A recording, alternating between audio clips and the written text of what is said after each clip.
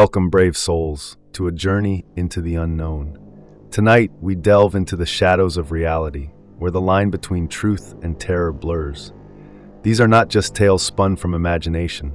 They are chilling accounts of real-life horrors that will send shivers down your spine. From haunted houses to unspeakable encounters, each story reveals the darkness that lurks just beyond the veil of our everyday lives.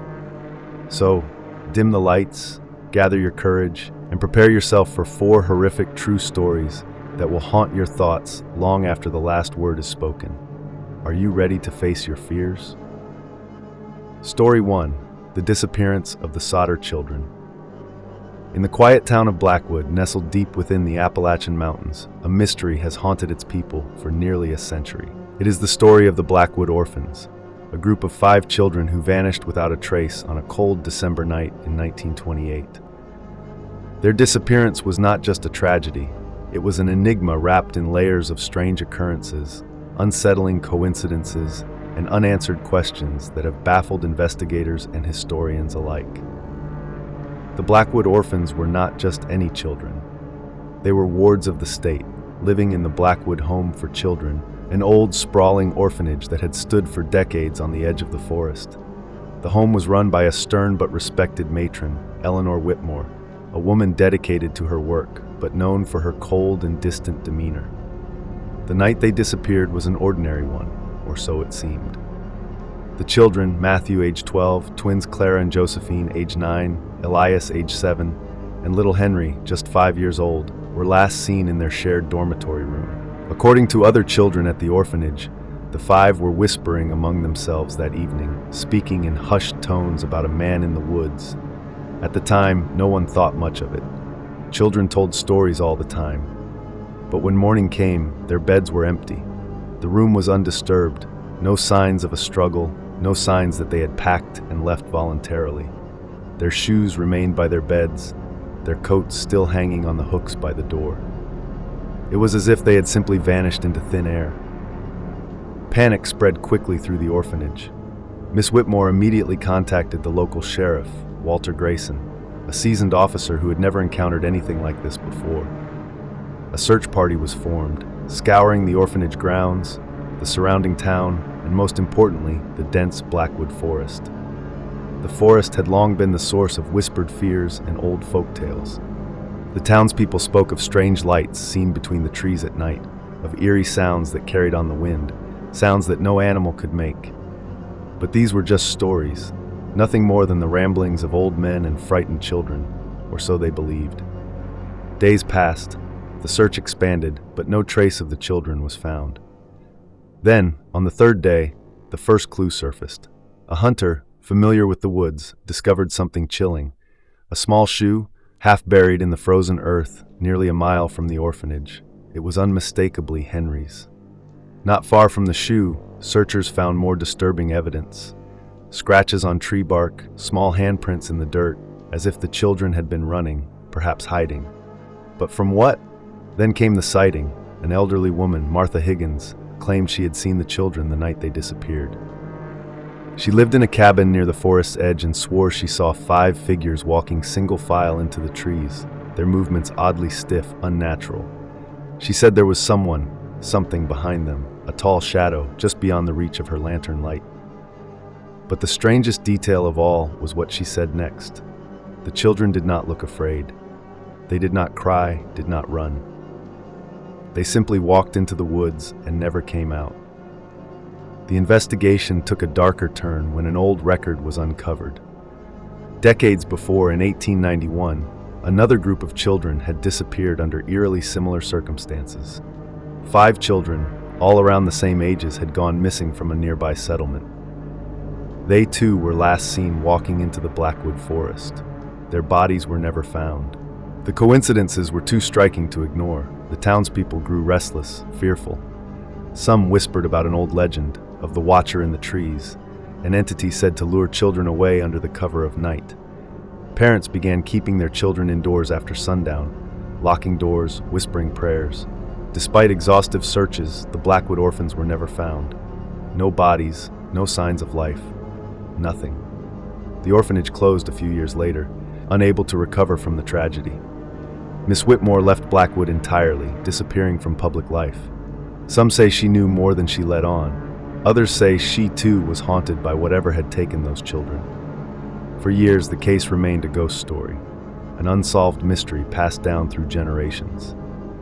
But then, in 1976, nearly 50 years after the children vanished, something disturbing happened. A group of hikers exploring the abandoned orphanage stumbled upon something hidden beneath the floorboards of the old dormitory.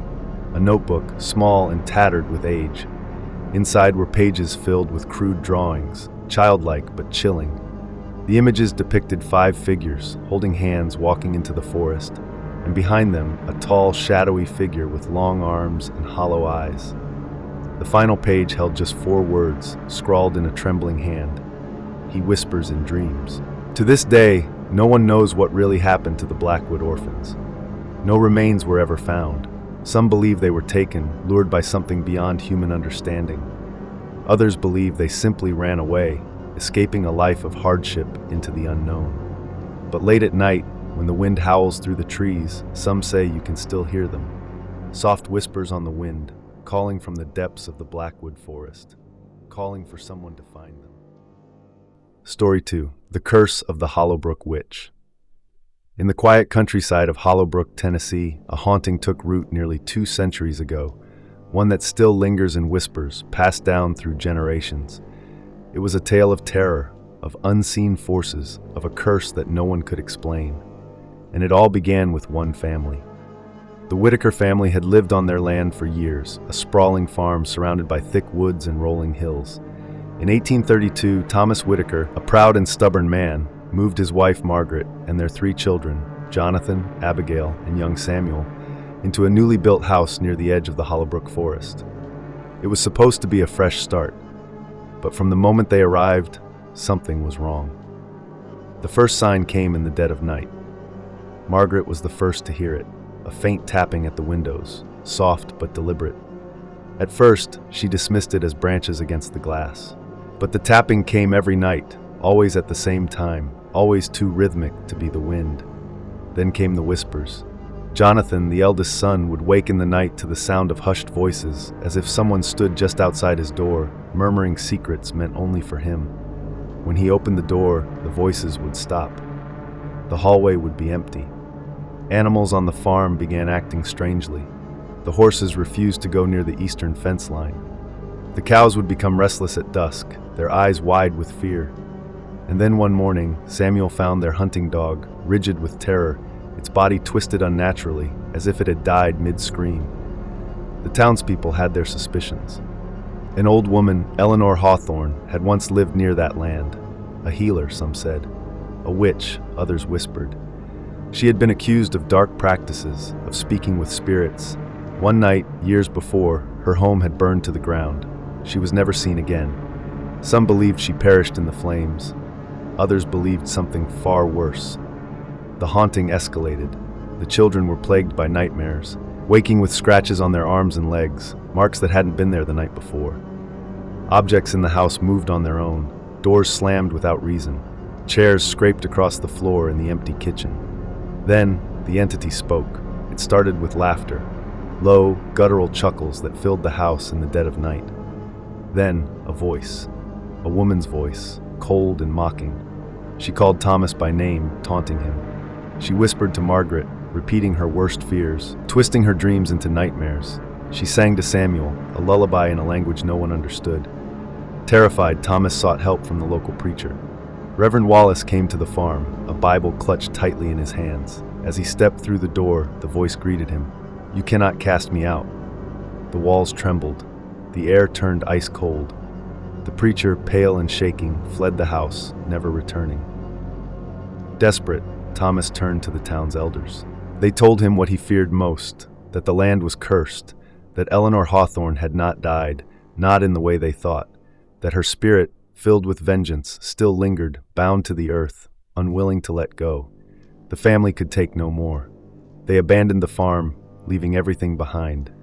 The house stood empty for years, slowly falling into decay. No one dared enter.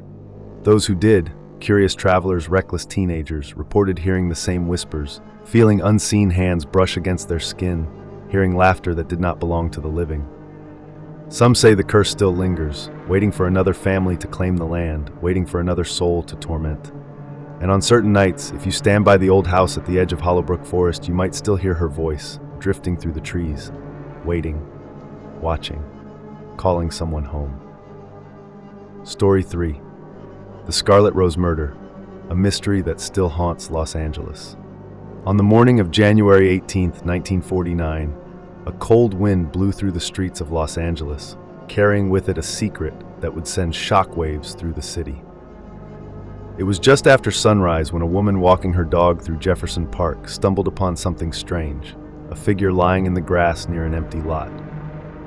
At first glance, it looked like a mannequin, discarded and forgotten. But as she stepped closer, her breath caught in her throat. It wasn't a mannequin. It was the body of a young woman, and what had been done to her was nothing short of horrifying. The victim, soon identified as Evelyn Hart, was a 22-year-old aspiring actress who had arrived in Los Angeles just a year earlier, chasing the same Hollywood dreams as so many others before her. She was beautiful, ambitious, and known to frequent the city's nightlife scene. But now, she was the centerpiece of a gruesome mystery that would never be fully solved. Her body had been carefully posed, her arms stretched outward, her legs perfectly aligned. A single red rose was placed on her chest, almost as if it were meant to be a signature. But the most chilling detail was the way she had been mutilated. Her mouth had been cut, stretching from ear to ear, forming a grotesque, permanent smile. The newspapers would later call her the Scarlet Rose, a name that would become synonymous with horror and intrigue. Detectives swarmed the crime scene, but the clues left behind only deepened the mystery. There was no blood at the site, meaning she had been killed elsewhere and transported there. No fingerprints, no signs of struggle. The only things found nearby were a single high-heeled shoe and a torn piece of film reel, its contents missing. The investigation quickly revealed that Evelyn had last been seen leaving a jazz club on Sunset Boulevard 2 nights before. Witnesses recalled seeing her talking to a man at the bar, described only as charming but unsettling. He was well-dressed, with slick-back hair and a cigarette dangling from his lips. No one knew his name, and no one saw her leave with him. Theories ran wild. Some believed she had fallen victim to a serial killer, someone who had done this before and would do it again. Others speculated that she had gotten too close to someone powerful, someone in the film industry who needed to keep her quiet. Then came the letters. A week after Evelyn's murder, the Los Angeles Tribune received a package. Inside was an envelope containing a single piece of paper. The words typed in red ink read, "She was a star that burned too bright. Now she'll shine forever." Along with the note was a lock of Evelyn's golden hair and a newspaper clipping from the day she arrived in Los Angeles. The police were baffled, the public was terrified, and then, just as suddenly as it had begun, the case went cold. No more letters, no more leads. The man from the jazz club was never identified. The torn film reel was never recovered.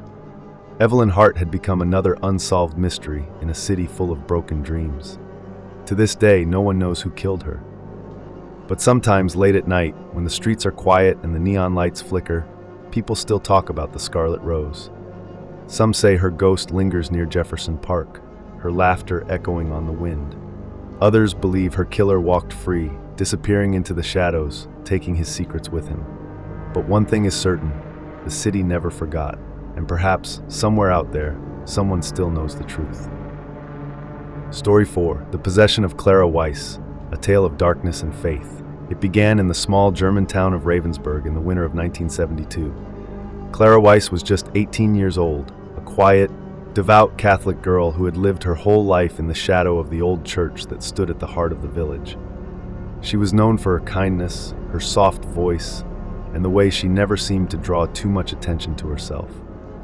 But something changed that winter. Something unexplainable. It started with whispers. Clara would wake in the night, drenched in sweat, claiming to hear voices calling her name, soft at first, then urgent, then angry. They spoke in languages she didn't understand: Latin, Aramaic, ancient tongues long forgotten by the world but still known in the darkest corners of history. Her parents dismissed it at first. Nightmares, they thought. stress, perhaps a cry for attention. But soon Clara's behavior shifted in ways that couldn't be ignored. She began to shun religious symbols. Once she had prayed every night before bed, her rosary never far from her hands. Now, she recoiled at the sight of the cross, screaming as if it burned her. She refused to enter the church, even on Sundays, standing outside its heavy wooden doors with wide, unblinking eyes, her breath coming in ragged gasps. Then came the physical changes. Clara, once frail and delicate, seemed to possess an unnatural strength. Her mother, a woman twice her size, struggled to hold her down when the episodes overtook her. She would convulse, her body twisting in impossible ways, her joints cracking like dry branches in the wind. She stopped eating. Her skin grew pale, her eyes sunken, and yet she did not weaken. If anything, she seemed to thrive on something unseen, something that filled her with energy even as she wasted away. Her voice changed too. It became deep, guttural. At times she spoke in voices not her own, many voices overlapping, whispering, shouting, laughing, and always mocking. Doctors were called. They examined her, tested her, prescribed medications. None of it worked. Her episodes grew worse, more violent.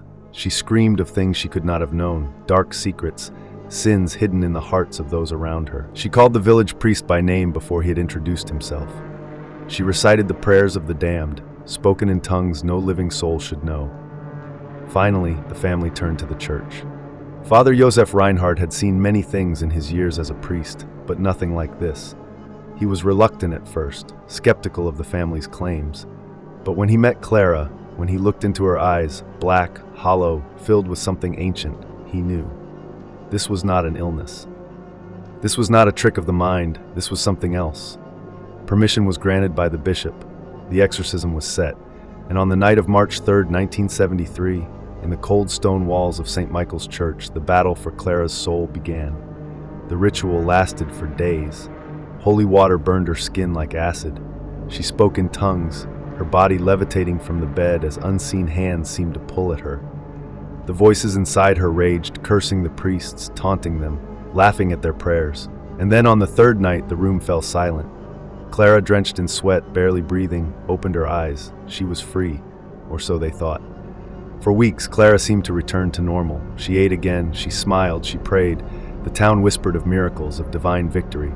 But one night, her mother awoke to a familiar sound, whispers, coming from Clara's room, soft at first, then urgent, then angry. The priests returned, but it was too late.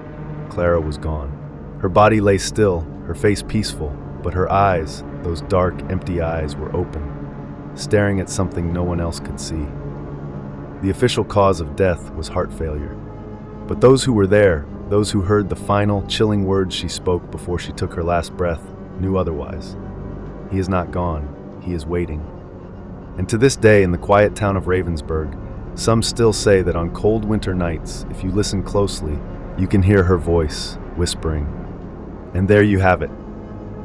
4 horrific, true scary stories that remind us of the chilling realities lurking just beneath the surface of our everyday lives. Whether it's the shadows in the corner of your room or the whispers in the dark, these tales serve as a haunting reminder that sometimes truth is scarier than fiction. If you enjoyed these spine-tingling stories, don't forget to give this video a thumbs up and share it with your fellow horror enthusiasts. We'd love to hear your thoughts. What story sent shivers down your spine? Leave your comments below, and who knows, your story might be featured in our next video. Make sure to subscribe and hit that notification bell so you never miss a chilling tale. Until next time, stay safe, and remember, not all stories end happily. Good night, if you dare.